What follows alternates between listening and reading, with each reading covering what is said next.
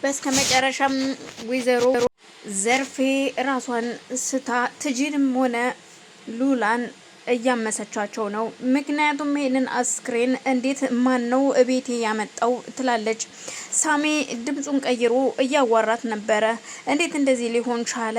ምንድነው? ጓደኛችን ነው ሲላት እሷን እንቅልፏን ማለትም በጊዜ ቡና ጀበና ውስጥ የእንቅልፍ መድኃኒት አድርጋበት ነበር ሉላ መድኃኒቱን ስታደርገው ማንም ሰው አላያትም። ዘርፌ ትጂ ቤት እያጸዳች ስለነበረ ቡና አምጪልኝ ትላታለች። ትጂ ደግሞ ከቡናው ይልቅ ለምን እራት አትበይም የኔ እመቤት ስትላት እዚህ አሁን ምግብ አቅርቢልኝ ያለሽ ሰው አለ ወይ ትላታለች። አይ ምግብ አቅርቢ ያለኝ ሰው የለም፣ ቡና ያለኝ ሰው ነው ያለው። ስለዚህ ቡና አምጪልኝ ነው ያልኩሽ። አሁን ካጠገቤ ዞር በይ አንቺ ልጅ ቆይንጋ፣ ነገ ከዚህ ቤት አሰናብትሻለሁ ትላታለች። ትጅም ነገሮችን ችላ በማለት በቃሽ ቆይ ቡናውን ላምጣልሽ ትልና በአጋጣሚ ሉላ ቀድማ ሄዳ ጀበና ውስጥ መድኃኒቱን አድርገዋለች። ቡናውን ቀርታ ለማምጣት ነበር ወደዛ ሄደችው። በዛም ሉላን ስታገኛት ሉላና ትጂ ማውራት ጀመሩ። አየሽ አሁን ላይ ሁለተኛና ሶስተኛ ወገን ቁጭ ሆነሽ ቁጭ አልሽ አይደለ ሉላ? ያን ጊዜ ከኔ ጋራ ብንስማማ ኑሮ እህን ጊዜ የዚህ ቤት ባለቤት ትሆኝ ነበረ።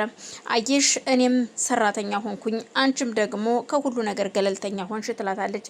ትጂ ችግር የለውም አሁን እኔ ስለሱ እማወራበት ምንም ምክንያት የለኝም።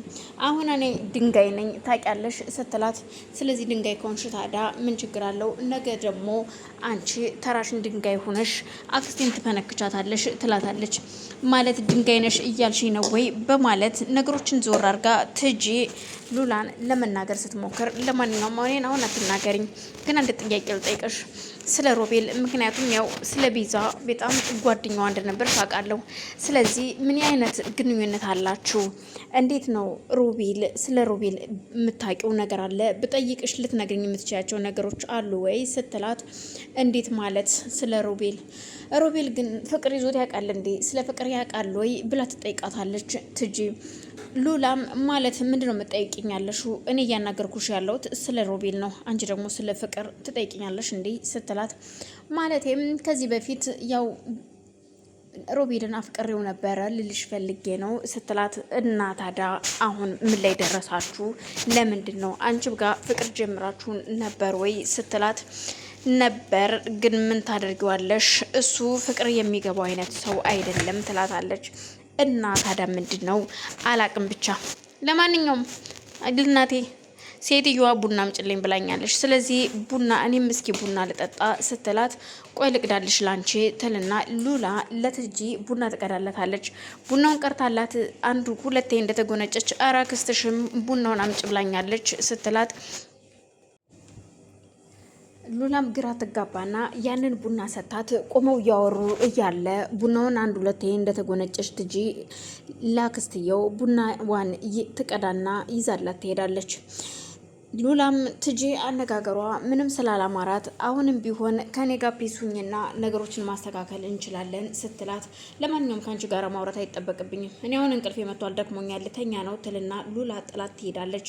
በዛን ሰዓት ትጂ ለዘርፌ ቡናውን ይዛ ትሄድና ትሰጣታለች። ይኸው ስትል እሺ ትልና ቡናውን ስትቀበላት ዘርፌ ትጂ እያዛጋች ነበረ። ልትበይኝ ነው እንዲ አንቺ? ቆይ ምንድነው ሀሳብሽ? ልትጎርሺ ነው ስላት፣ አረ በልቻለሁ እራቴን ወይዘሮ ዘርፌ ማለትም የኔ መቤት ትላታለች። እናም አሁን ቆይ እሺ ብተኛ እንቅልፌ መጥቷል ቅር ይልሻል ወይ ስትላት፣ ሂጂና ተኝ በቃ ምን ታደርግልኛለሽ ሂጂና ተኝ ስትላት፣ ትጂም ቡናውን ሰታት ዞር ብላ ትሄድና ወደ መኝታ ቤቷ ትሄዳለች። ወይዘሮ ዘርፌም ቡናውን ቁጭ አደረገችና ሉላ እየተከታተለቻት ነበር በበር ቀዳዳ። አሁን ካሁን ቡናውን ጠጥታ ትጨርስ እያለች እየጠበቀቻት እያለ ዘርፌም ቡናውን እንደተቀበለችው ነበረ ቡናውን የጠጣችው። ጠጥተው ስኒውንም ለማስቀመጥ እያዳገታት ነበር። ወደው ነበረ ራሷን ህመምና የድካም ስሜት ሲሰማት፣ የእውነት እኔው በገንዛጄ ድካም ተሰማኝ እኮ እውነት መዝናናትም ለካ ስራ ነው እንዴ? ደከመኝ ይሄ መዝናናት፣ ገንዘቤንም በመዝናናት ጨረስኩት በማለት መንጠራራት ትጀምራለች። ምንኛ ነው እንቅልፍ የመጣንም ደክሞኛል ልሂድና ልተኛ ስትል ከተቀመጠችበት ለመነሳት እጅግ ይከብዳታል። እንደምንም ብላ ከተቀመጠችበት ተነስታ ወደ መኝታ ቤቷ ለመሄድ ለመሄድ ትነሳለች። በዛን ሰዓት ስትነሳ አይታት ሉላ እየሮጠች ወደ መኝታ ቤቷ ትሄዳለች። ምክንያቱም ካየቻት ልትነቃብኛለች ብላ ስላሰበች ወይዘሮ ዘርፌ ወደ መኝታ ቤቷ እንደሄደች ይብን ልብሷን እንኳን አልቀየረችም ነበር። ከነ ልብሷ ነበረ እየተኛችው። አንድ እግሯን አልጋ ላይ አንድ እግሯ መሬት ሆኖ ነበር የተኛችው። ሉላም ተኝታለች አልተኛችም የሚለውን ለማረጋገጥ ወደ ዘርፌ ክፍል ስትሄድ አስተኛኝቷ እጅግ ግራ ያገባ ነበረ።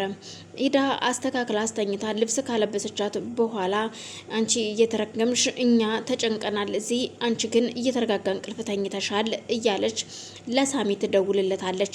አሁን ሁሉም ተኝተዋል፣ ስለዚህ መጀመር ትችላላችሁ ትለዋለች። በዛን መቅሰፍት ሳሚምና ሱራፌል አስክሬኑን ያመጡና የዘርፌ መጸዳጃ ክፍል ያስቀምጡታል። ከዛም እነሱ ወጥተው ከሄዱ በኋላ ነበረ ስልክ ይደውልና ያለውን ነገር ሬሳ አስክሬን ቤትሽ አስቀምጠሻል በማለት የሞከረው። አንተ ቆይ ማን ነው ስም? እኔ ገጀራው እባላለሁ ሲል ምን አይነት ይሄ የተረገመ ነው እየታቀኛለ ትልና ጆሮ ላይ ትዘጋበታለች። ሳሚም ደግሞ ይደውልላትና ቆይ ምንድነው አንቺ? ቆይ የጓደኛችንን ሰሞኑን 40 ሚሊዮን ብር ከባንክ እንደጠፋ ሰምተሻል? እርግጠኛ ነኝ። ስለዚህ እዛ ውስጥ ደግሞ እኛ አባል ነን።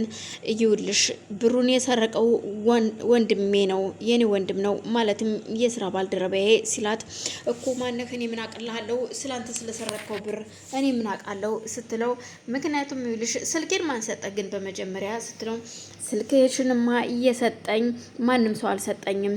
ይልሽ ታርጋሽን ይዤው ስለነበረ በታርጋሽ ነው ቤትሽንም ስልክ ቁጥርሽንም እያገኘሁትኝ ይላታል።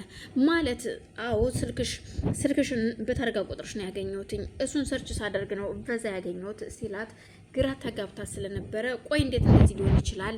እንዴት አንተ ማነህ እየታቀኛለህ?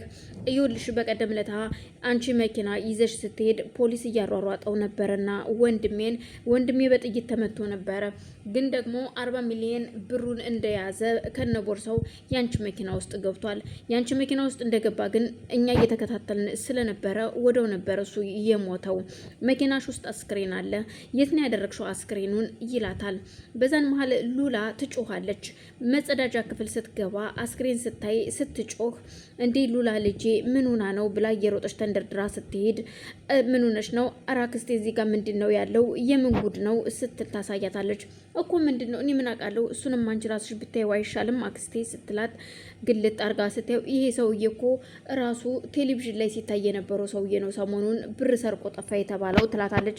እና ታዲያ ማን አምጥቶ እዚህ ያስቀምጠው ታዲያ እንዴት እዚህ ሊመጣ ይችላል? በማለት ሉላም ለማስመሰል ብትሞክርም አክስትየው ግን ግራ ይገባታል። የሳሚን ስልክ ይዛ ነበረ። ስለምትለው ነገር እኔ የማውቀው ነገር የለም እባክህን ትለዋለች። ታርጋ ቁጥርሽን ቤትሽንም እኮ በመኪናሽ ነው ተከትለንሽ የመጣ ነው እያየ ነው ይላታል። ግራ ገብቷት ስለነበረ ሉላ ይህን ነገር አንቺ አለሽበት። ሉላም ተቀብላ ስልኩን ስታናገረው ጎበዝ ድራማውን እየተጫወተች ነው ይልና አስመስሎ አምጭ ስልኩን ለማንኛውም ትልና ተቀብላ ስታዋራው ለፖሊስኛ ከፖሊሶች ጋር ግንኙነት አለን ብታመለክችም ምንም የሚመጣ ነገር የለም እደው ለራስሽ ነው የሚተርፈው ይላታል። ስለዚህ በጣም ፈርታ ስለነበረ እሷም ለፖሊስ አላመለክትም፣ ይሄ ነገር ያንቺ እጅ ይኖርበታል ወይም የዛች የእህትሽ የቤዛ እንጂ ማንም እንደዚህ ላደርግ አልችልም እኔ ስትል ምናልባት ትጅ ትሆን እንዴ ስትልም ደግሞ እንደምን ሆነሻል አክስቴ ግን ቆይ እውነት ያንቺ እጅ የለበትም ስትላት አንገቷን ታንቃታለች።